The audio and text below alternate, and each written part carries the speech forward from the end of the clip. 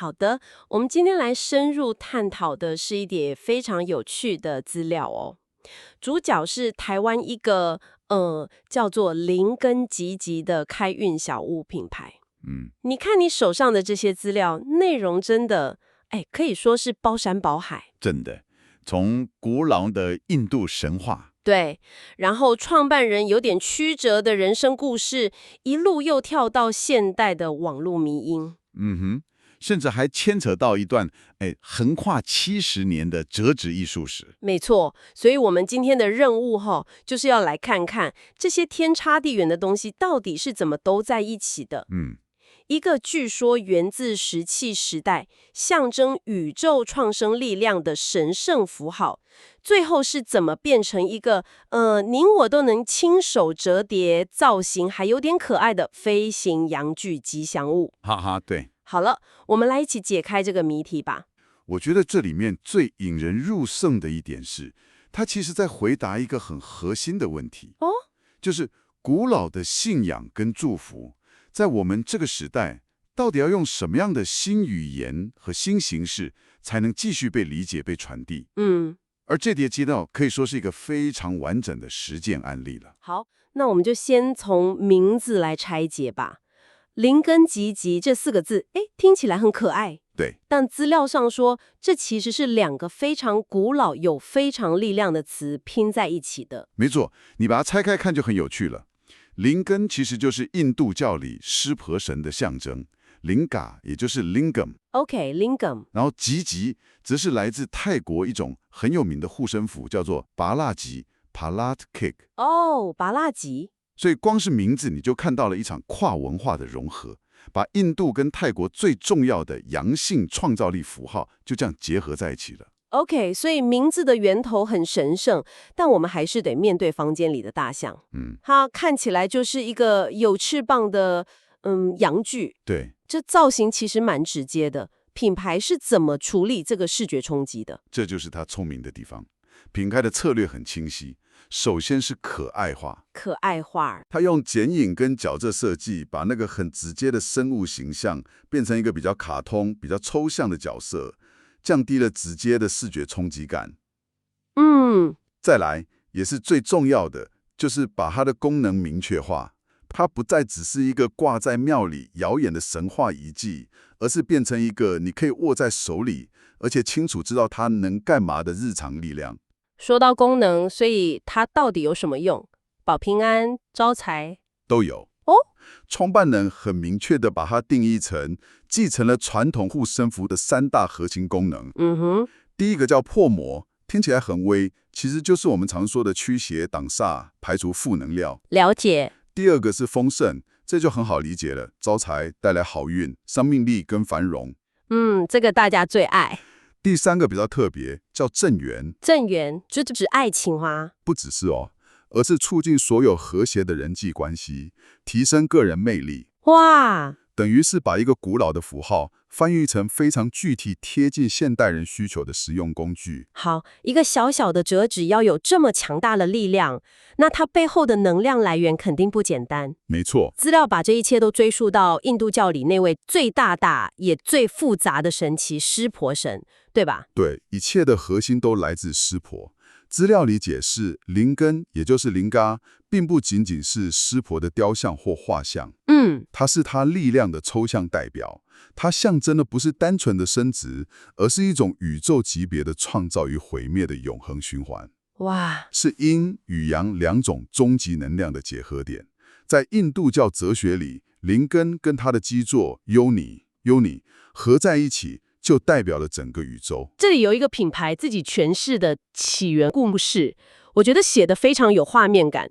他们称之为宇宙的种子。这个故事很有趣。故事大概是说，当一个宇宙结束后，创造神梵天和维持神毗湿奴就请毁灭神湿婆来帮忙创造下一个宇宙。然后湿婆就进入了非常深度的修行，据说长达数千年，去凝聚下一整个宇宙所需要的创世能量。但这里出现一个转折，当他修行完毕，睁开眼睛却发现，梵天跟毗湿奴等不及了。对，他们已经先创造出了我们现在这个世界。这下尴尬了，他手上握着一颗宇宙能量核弹，但新的宇宙已经盖好了。没错，这股能量一旦释放，新的世界就会瞬间被摧毁。就是这个两难，所以湿婆做了一个决定，他将所有能量汇聚于自己的吉吉，然后把它从身体分离出去。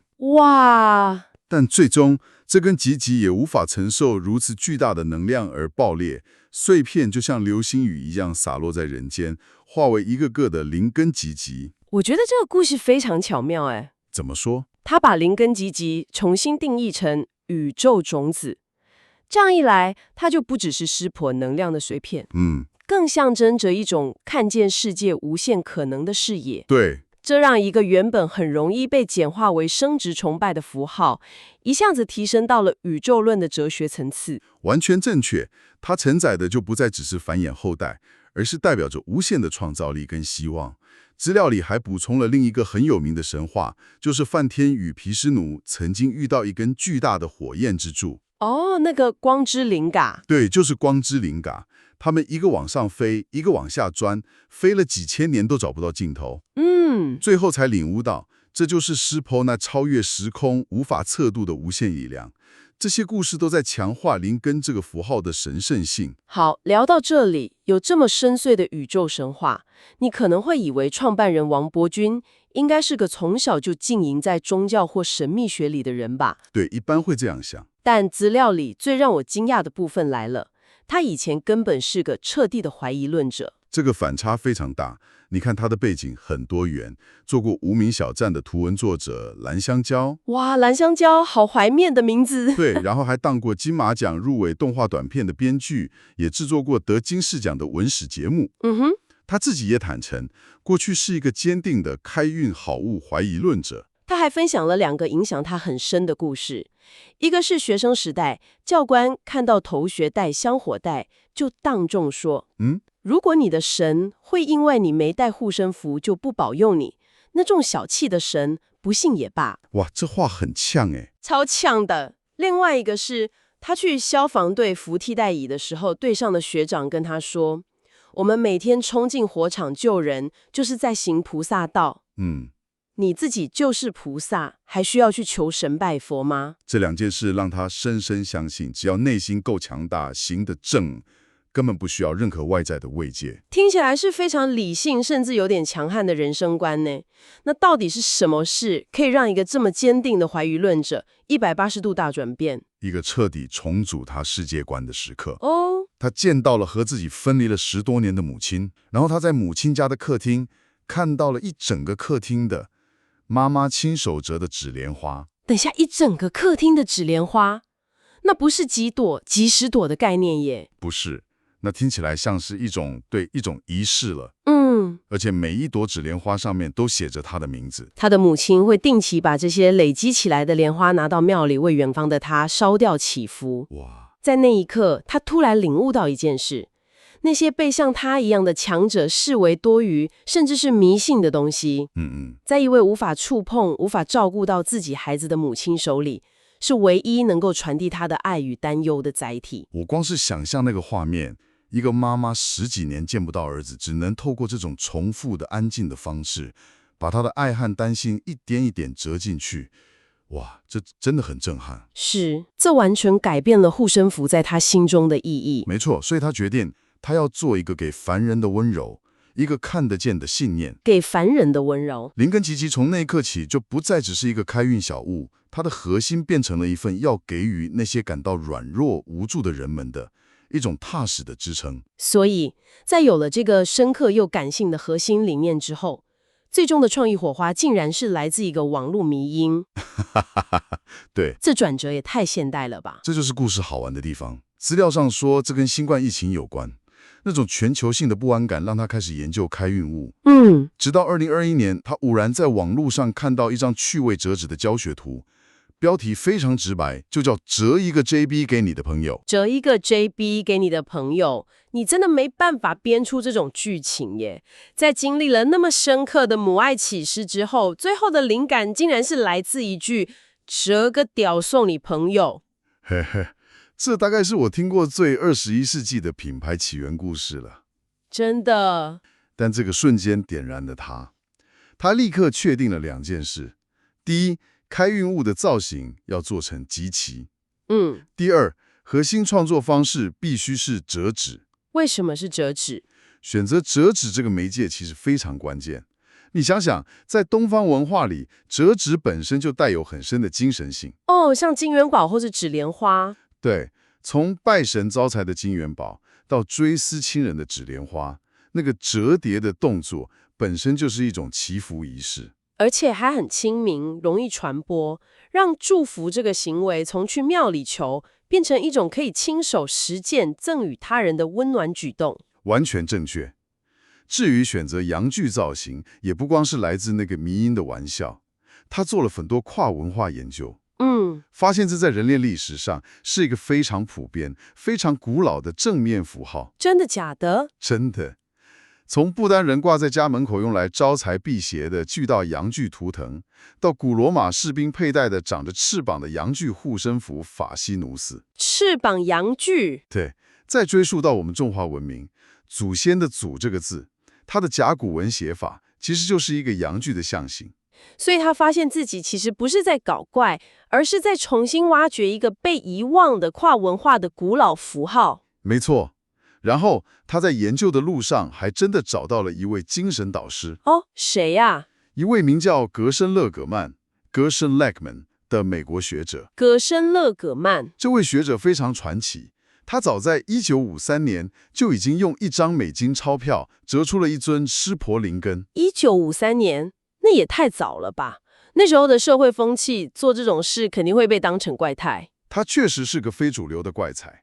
勒格曼是一位研究黄色笑话心理学、情色文学等等禁忌文化的权威。但同时，他也是将日本折纸艺术 origami 戏讽性的介绍到西方世界的关键推手。哇！他一生的志业就是为那些被主流社会认为难登大雅的东西，赋予他们应有的学术与艺术尊严。所以，创办人看到勒格曼的故事时，感觉像找到知音了。资料上说，他觉得这是一场跨越70年的对话。是的，他在3个层面上产生了共振。第一是去污名化，勒格曼为情色文化辩护，他为阳具符号证明。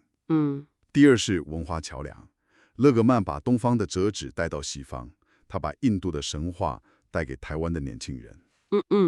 第三也是最重要的，是追求本质。创办人认为，勒格曼当年折叠的是对生命起源的纯粹敬意，而他现在的灵根吉吉，就是试图将这份敬意转化为现代人可以使用的精神护肤。哇，这让一个原本可能只是个有趣创意的品牌，一下子承接了一份未完成的文化志业。对，这个品牌已经融合了古老神话、个人故事、网络迷因和学术传承，够复杂了吧？但还没完，他们甚至把触角伸向了音乐。对，这又是一个有趣的延伸。而且还不是普通的音乐。没错，资料里有一份研究报告，探讨了湿婆信仰中一个很重要的修行方式，叫做音声法门。音声法门核心概念是宇宙中最神圣的声音，那个 OM 的音，就代表湿婆本身。所以声音是一种非常强大的，可以直接连接神性的方式。所以他们基于这个古老的哲学，成立了一个音乐子品牌，叫做所长乐团 SZ1P Band。我本来以为他们会去找一些世界音乐家来合作，做一些很空灵的翻唱之类的，结果他们用的是 AI。这就是这个品牌一贯的风格，真的很闹欸。他们把最古老的哲学、声音及神性，跟最前沿的科技 AI 音乐生成直接结合在一起。他利用像 Suno AI 这样的工具，去创作主题紧扣湿婆与灵根的音乐。这到底会是什么样子 ？AI 生成的湿婆神咒舞曲，听起来就很超现实欸。确实如此，他们有一个实验性的作品，叫做《舞曲大天咒合集》，里面结合了多国语言，把传统文化的元素跟现代 AI 艺术的随机性、拼贴感融合在一起。这也完美体现了品牌一个很重要的创作信条，叫做以荒谬对抗荒芜。以荒谬对抗荒芜，这句话很有意思，可以解释一下吗？我的理解是现代生活常常让人感到一种意义上的荒芜或空虚。有时候会。与其用严肃的大道理去对抗这种空虚，不如用一种充满游戏精神的、看似荒谬的好玩的方式去解构它、填补它。哦，我好像有点懂了。就像用一个网络迷因去重新诠释一个万年符号，或是用 AI 去唱诵古老的咒语。它把一个抽象的信仰，透过视觉的折纸和听觉的 AI 音乐，变成立体而多元的体验，让古老的能量用一种全新的，甚至有点搞笑的形式，在现代社会里重新流动起来。所以，今天我们拆解的这些资料描绘出的图像，真的远比表面上一个可爱的开运小物来的深邃太多了。灵根吉吉，它既是古老神话的现代转译，也是创办人个人生命故事的温柔结晶，更是一场跨越文化、跨越时空的创意对话。他用一种很轻盈、很有趣，甚至有点荒谬的方式，让我们重新去思考祝福这个古老的行为。